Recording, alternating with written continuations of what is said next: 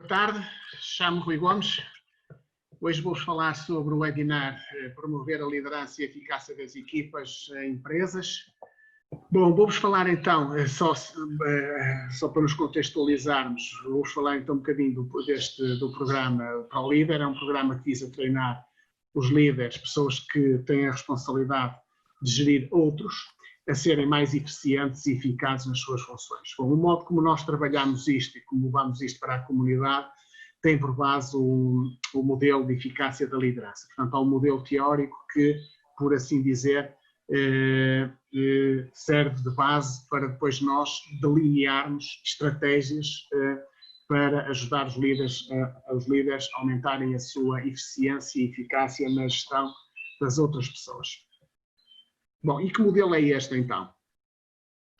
Bom, o modelo basicamente tem três grandes componentes. A componente central, aquilo que nós poderíamos chamar talvez o coração do modelo, tem a ver com aquilo que nós chamamos a congruência entre ciclos conceptuais e ciclos práticos. E, portanto, a grande ideia que o modelo propõe é que os líderes tendem a aumentar a sua eficácia porque cada vez conseguem fazer uma boa relação entre a filosofia da liderança. A filosofia da liderança entende-se aqui como um conjunto de ideias, princípios que os líderes têm e que fundamentam o exercício da sua liderança. A prática é exatamente isto que sugere, tem a ver com todas as ações que são assumidas pelos líderes no sentido de concretizar uma determinada filosofia, e os indicadores de liderança são os critérios que os líderes utilizam para monitorizar, aferir se a sua liderança está a ser bem entendida, está a ser bem aceite pelos outros. E, portanto, aquilo que o modelo diz nesta primeira área da congruência dos ciclos é que quanto mais o líder conseguir fazer isto do ponto de vista conceptual, quer dizer, quanto mais ele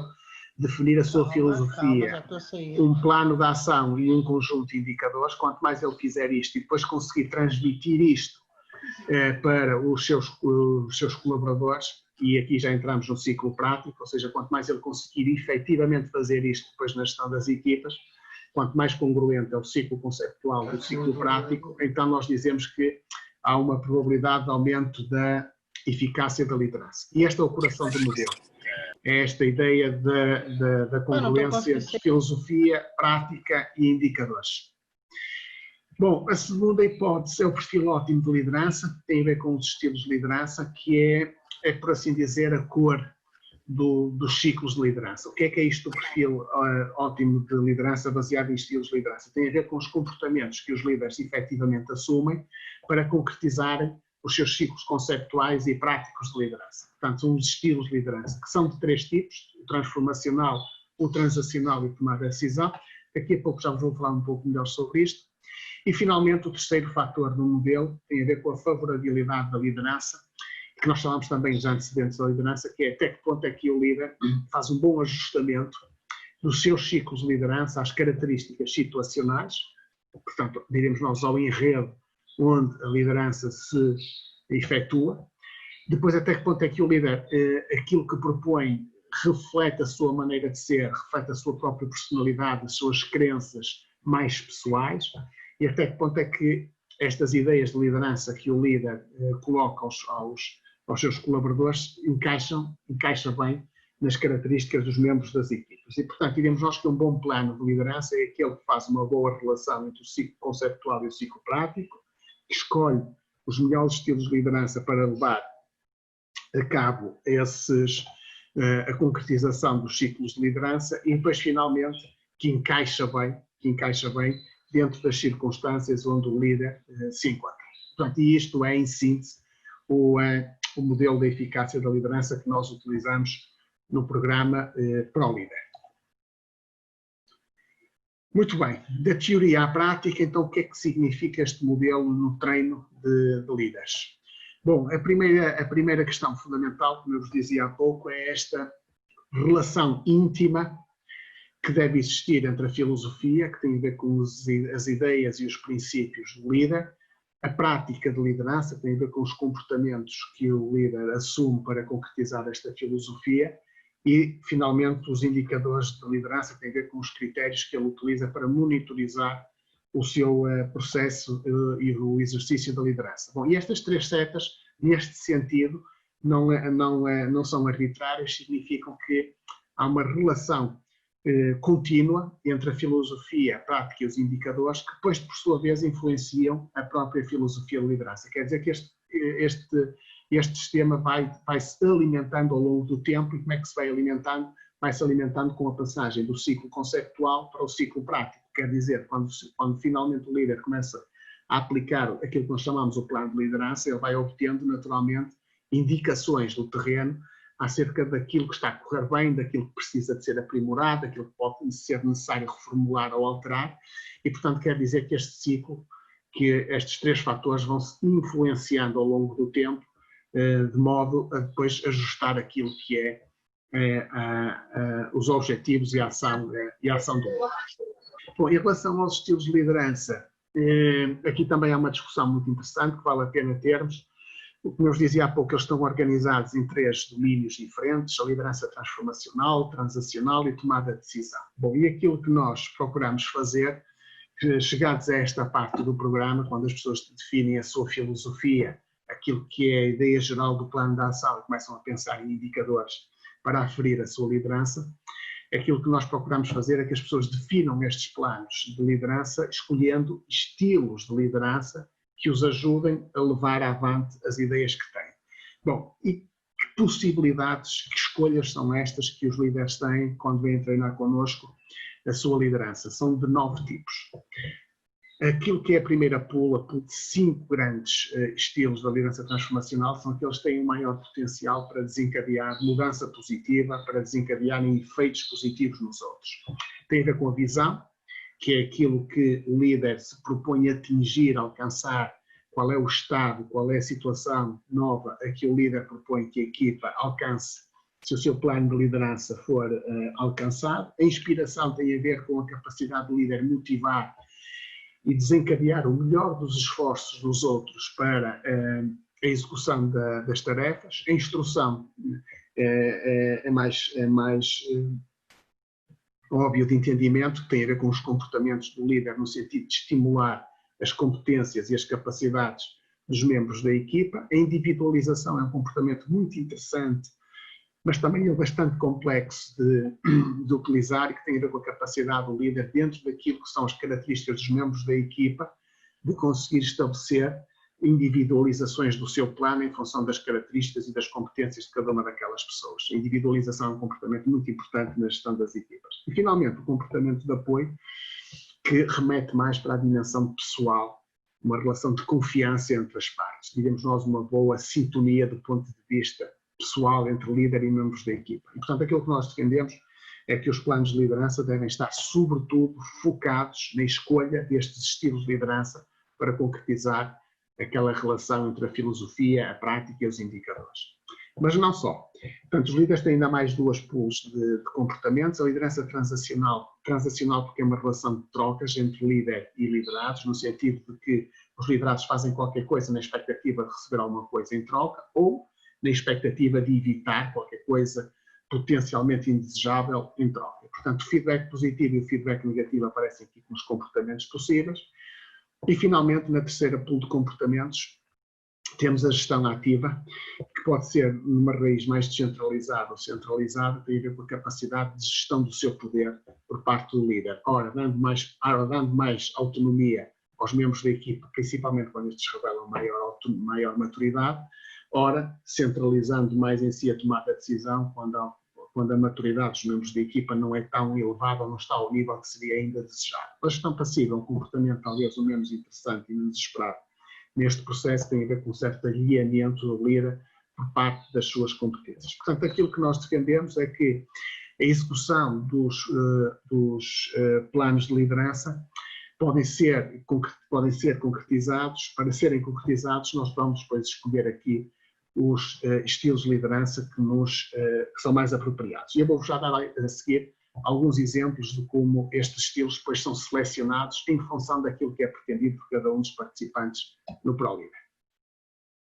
Bom, e então, o último fator tem a ver com os antecedentes da liderança. E como eu vos dizia há pouco, realmente, um plano de liderança, por vezes, pode estar muito bem construído do ponto de vista da ideia do líder, daquilo que ele acha que é o que é necessário fazer, mas é preciso fazer ainda um teste de robustez àquele plano, no sentido de verificar se ele se adapta bem a um conjunto de fatores que influenciam, ora positivamente, ora negativamente, o exercício da liderança. Esses fatores são as características situacionais, por exemplo, o ambiente em que o líder opera, um conjunto de recursos financeiros, económicos, materiais, humanos que ele tem ao seu dispor, a própria personalidade do líder, a maneira de ser, que às vezes é difícil para um líder levar um plano de liderança com o qual ele pessoalmente não se identifica muito, portanto isso não é muito desejável que aconteça, é preciso perceber até que ponto é que o líder de modo genuíno consegue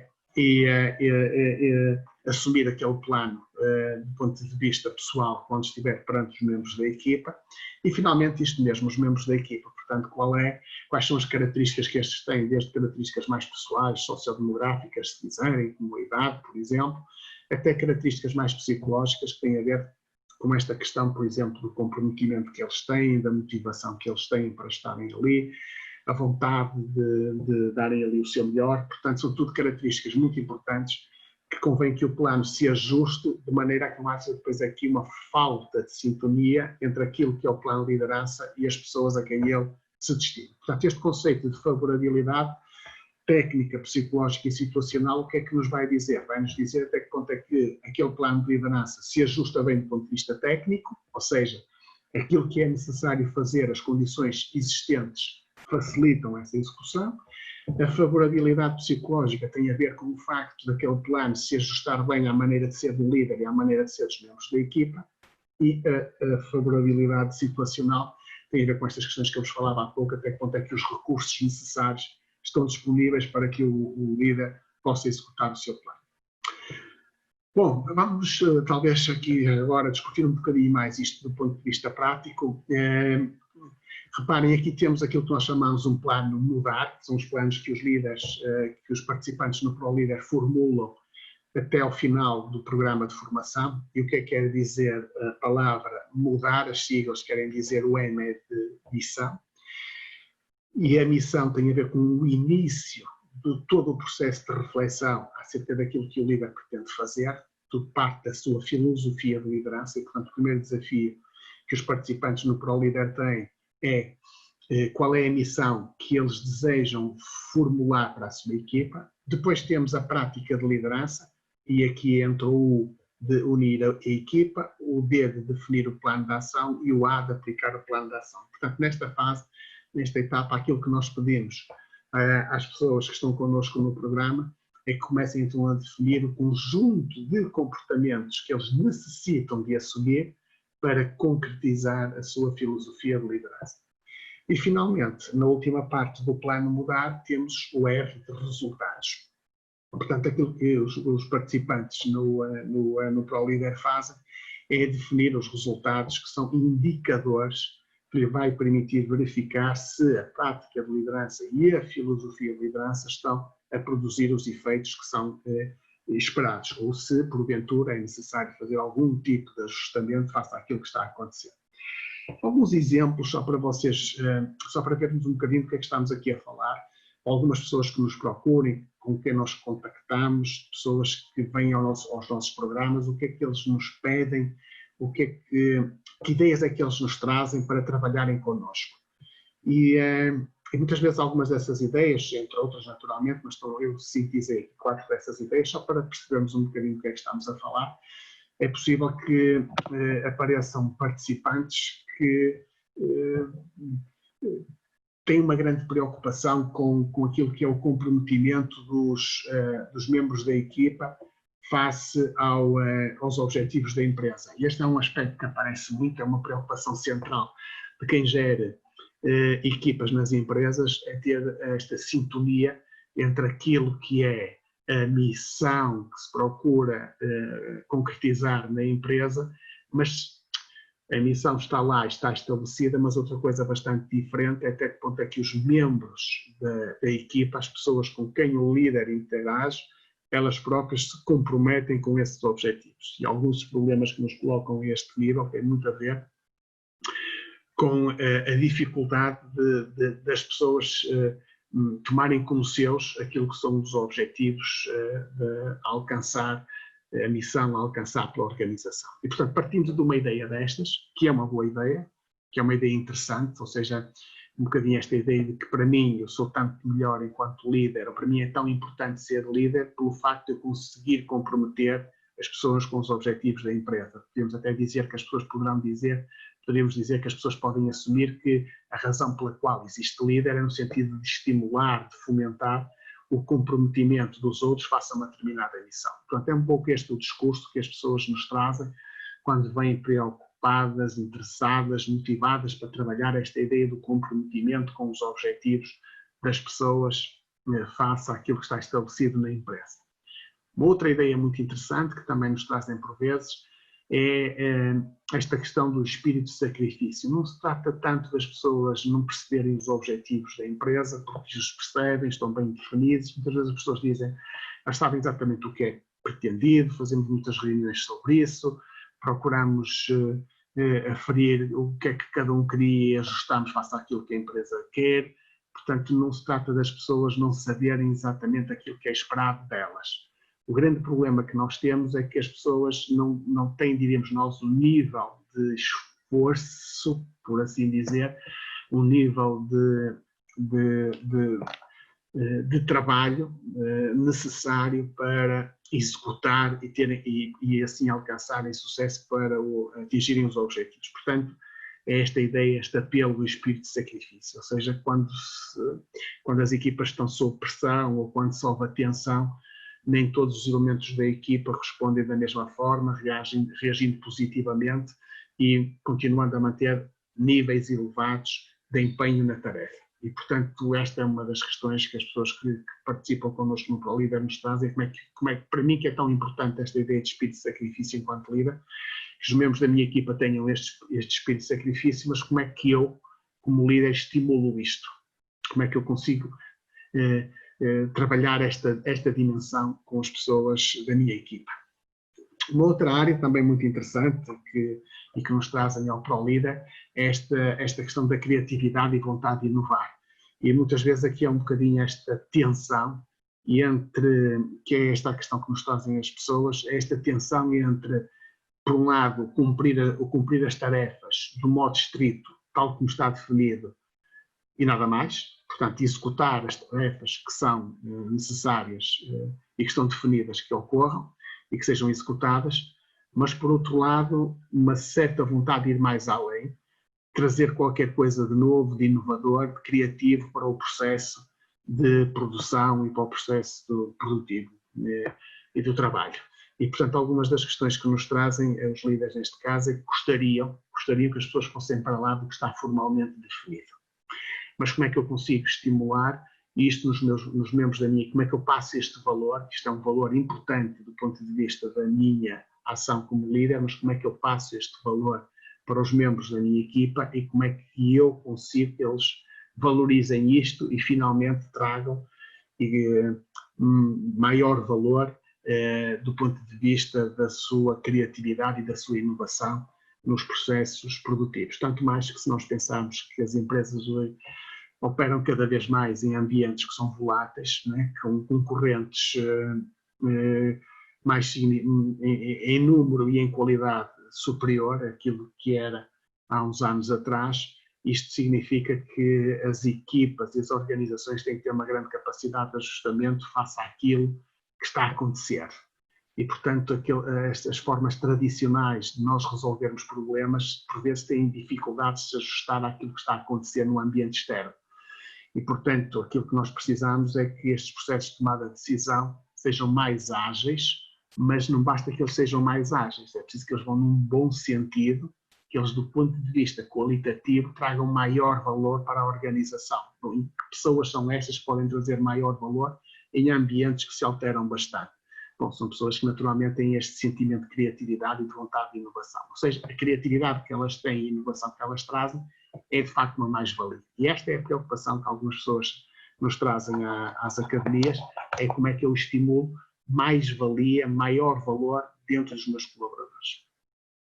E finalmente, uma quarta área também interessante, por vezes também discutimos, é esta ideia da comunhão.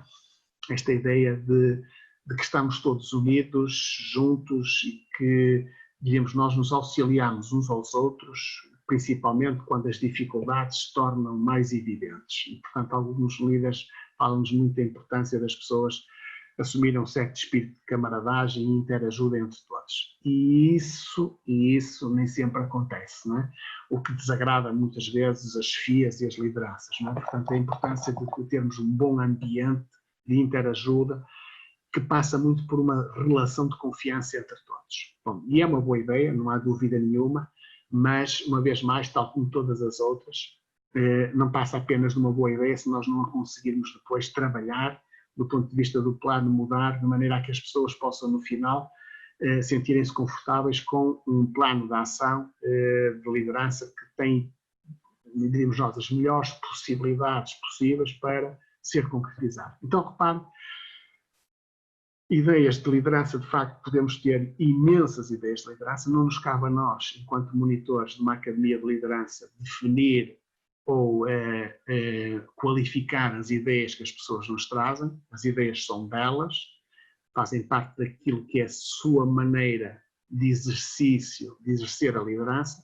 Não nos cabe a nós fazer essa qualificação, aquilo que nós procuramos fazer é como potenciar estas ideias ao ponto de elas terem uma maior possibilidade de terem sucesso junto dos membros da equipa. Portanto, se vocês quiserem, habitualmente nesta fase, estamos na primeira parte do programa de formação e as pessoas vão pensando sobre aquilo que mais as caracteriza enquanto líderes. E estas ideias que aqui estão são algumas das ideias que as pessoas lançam para cima da mesa como ideias interessantes e importantes que elas gostariam de trabalhar no programa. Bom, depois das pessoas formularem a ideia, aquilo que nós fazemos no programa, através de um conjunto de atividades, é pedir às pessoas para testarem as suas ideias, reformularem, refinarem as suas ideias, mas a propósito do quê? A propósito do que é que devem melhorar e como devem refinar. Então, nós utilizamos 4 critérios fundamentais para que estas ideias sejam trabalhadas. E nós procuramos que as ideias sejam formuladas pela positiva. Todas as ideias que acabei de vos apresentar já têm essa característica, ou seja, dirigem-se muito mais àquilo que nós procuramos alcançar e não tanto àquilo que nós procuramos evitar que aconteça. Por vezes, infelizmente, as equipas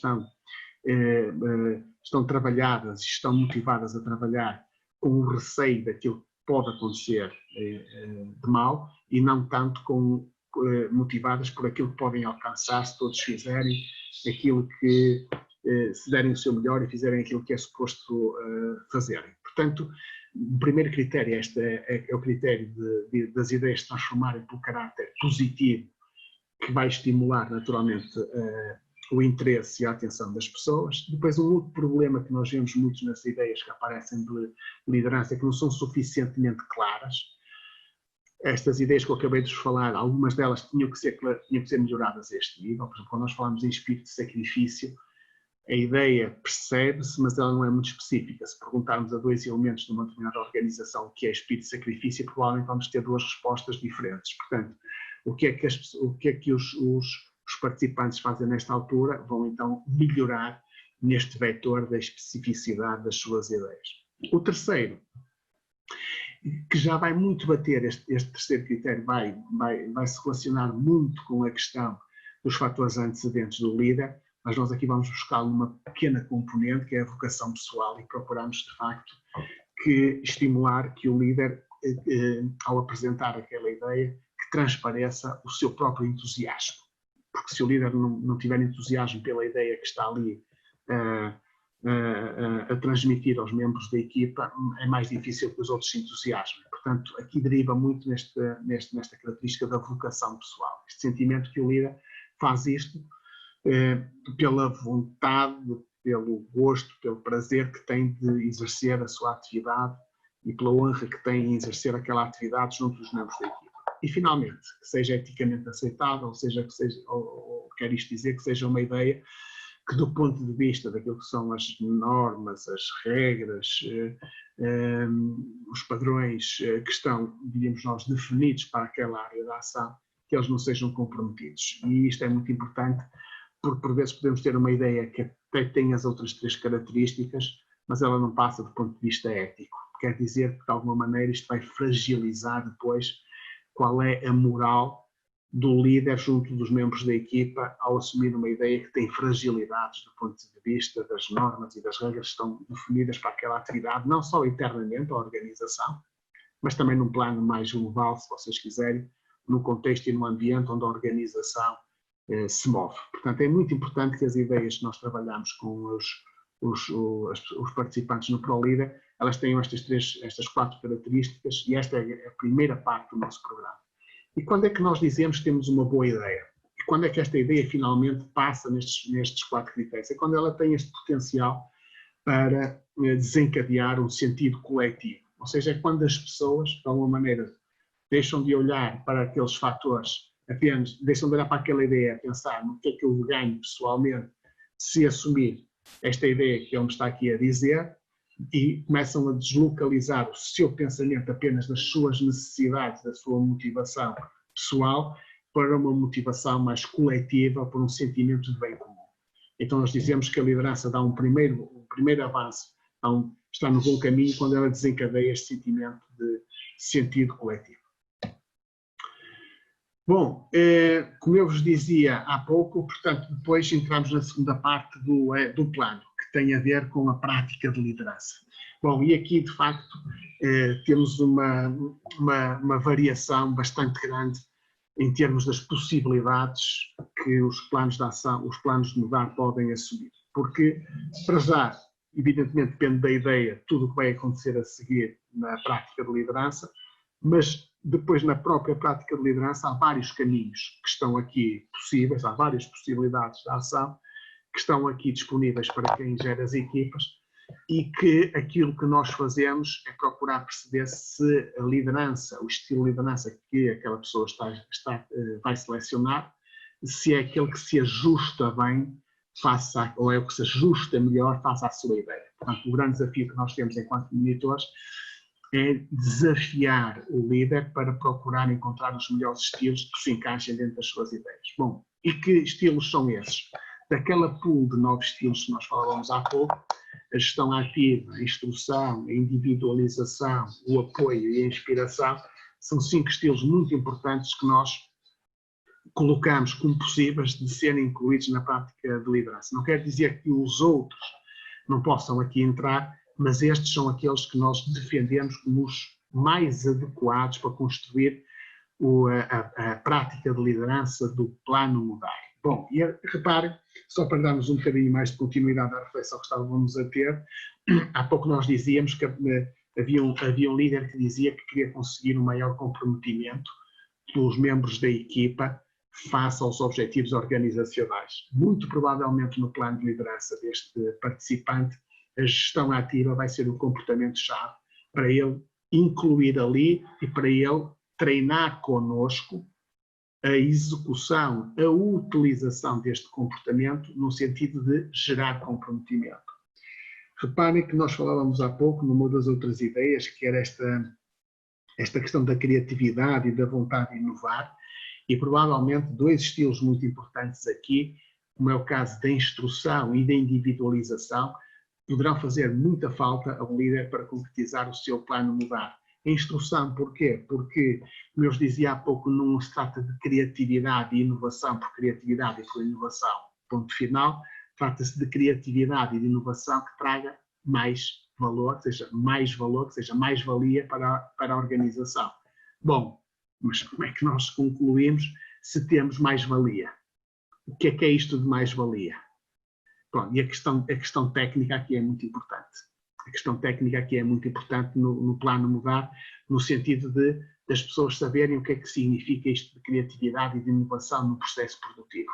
Portanto, é um comportamento que vai ser muito importante no plano mudar, mas a individualização também, porque naturalmente quando falamos de inovação e criatividade, estamos a falar de contributos muito diferentes das pessoas, porque elas não são todas iguais, como é óbvio, não é? Não têm informações exatamente iguais, não têm expectativas nem desejos exatamente iguais, quer dizer o quê? Que elas podem contribuir de uma forma diferente para estes processos de criatividade e de inovação. Ora, se cada uma pode contribuir de forma diferente, então o nosso comportamento, o estilo de liderança de individualização aqui vai ser muito importante para introduzir potência ao plano mudar.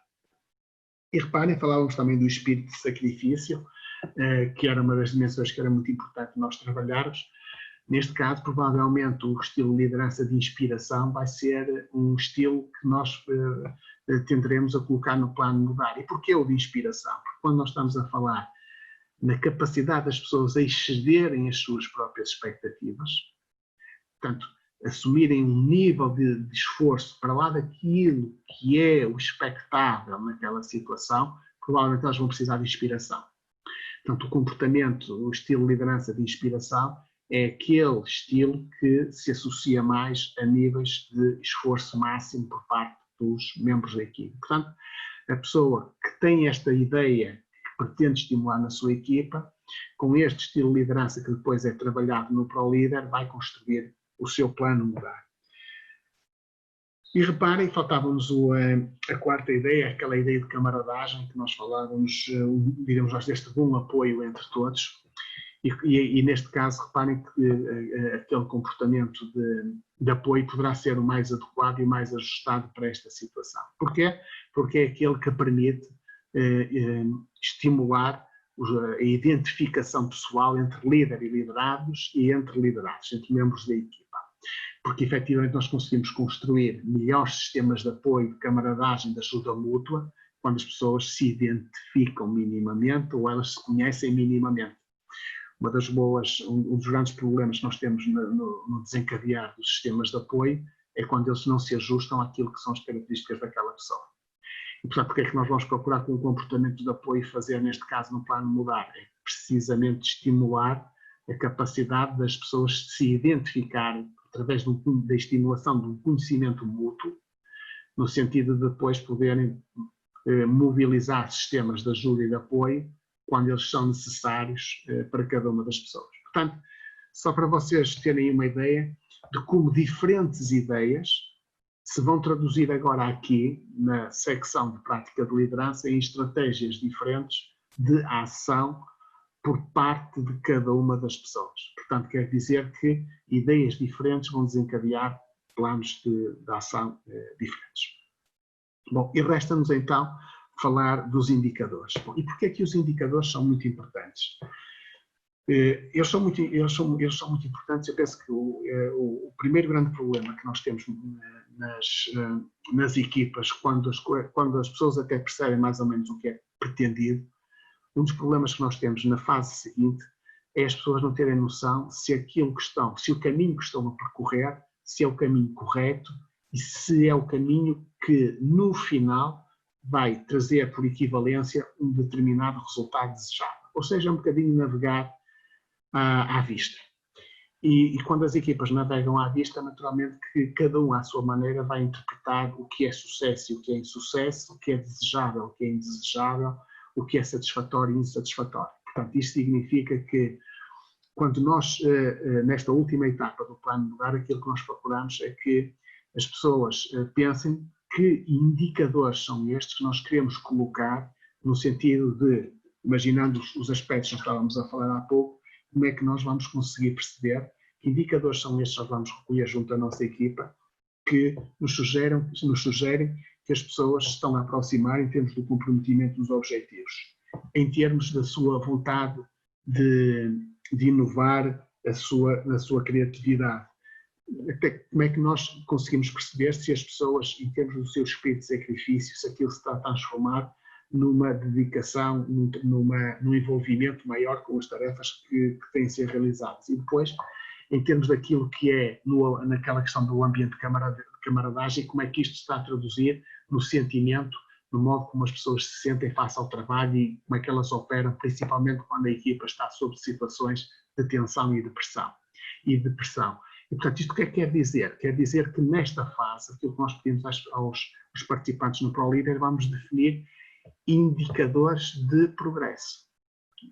Indicadores que nós vamos recolher preferencialmente quantificáveis, porque isto permite-nos saber qual é a magnitude de mudança que estamos a introduzir na equipa e esses indicadores em que momentos é que são introduzidos, de maneira a nós sabermos que o caminho está a ser percorrido dentro daquilo que é desejado. Os indicadores que são aqui recolhidos, naturalmente que eles vão ser aferidos face, por um lado, ao líder e à sua equipa e à circunstância onde ele está. Não é? Porquê? Porque há circunstâncias onde nós temos participantes que até conseguem colocar indicadores, às vezes semanais, para aferirem se o plano está a ser bem concretizado. Há outras equipas e outras circunstâncias que não permitem obter indicadores de curto prazo e temos de optar por indicadores com uma duração com um tempo percorrido mais longo. Não é? Mas obviamente que estes indicadores são muito importantes, independentemente da circunstância e da situação em que se encontra o líder, são muito importantes, devem ser marcados, devem ser colocados no plano mudar, no sentido de ajudar o líder a perceber se o caminho percorrido está a ser no bom sentido. Portanto, o feedback positivo e feedback negativo são bons comportamentos aqui para nos ajudar. Porquê? Porque sempre que o caminho percorrido está a ser no sentido que nós desejamos, o líder deve mensurar, adequar e aplicar o feedback positivo no sentido de manter o esforço e premiar o bom desempenho dos membros da equipa. Se infelizmente os desvios acontecerem, se esses desvios puderem ser evitados, por vezes poderemos ter necessidade de incluir também o feedback negativo no plano mudar. Portanto, estes dois comportamentos são muito importantes colocados enquanto indicadores, porque vão ajudar o líder a transmitir a sua opinião, o seu feedback, os seus dados sobre aquilo que a equipa está a realizar. E, portanto, aquela ideia que eu vos dizia há pouco, que eu vejo muitas vezes como um problema nas equipas, de que qualquer caminho serve e qualquer resultado serve, nós procuramos evitar estes desvios através de bons indicadores, de indicadores de liderança que permitam aqui aferir se o caminho que está a ser realizado é aquele que nós, enfim, desejávamos e esperávamos.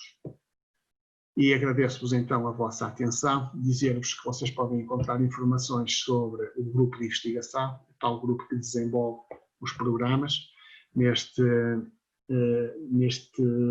site de internet, arvh.pt. Podem também entrar em contato connosco por aquele mail e depois podem, enfim, obter mais informação sobre os nossos programas de intervenção no outro site do e-cv.pt, que é a Escola de Competências de Vida, e podem aí obter mais informações sobre os nossos programas. Portanto, muito obrigado pela vossa atenção.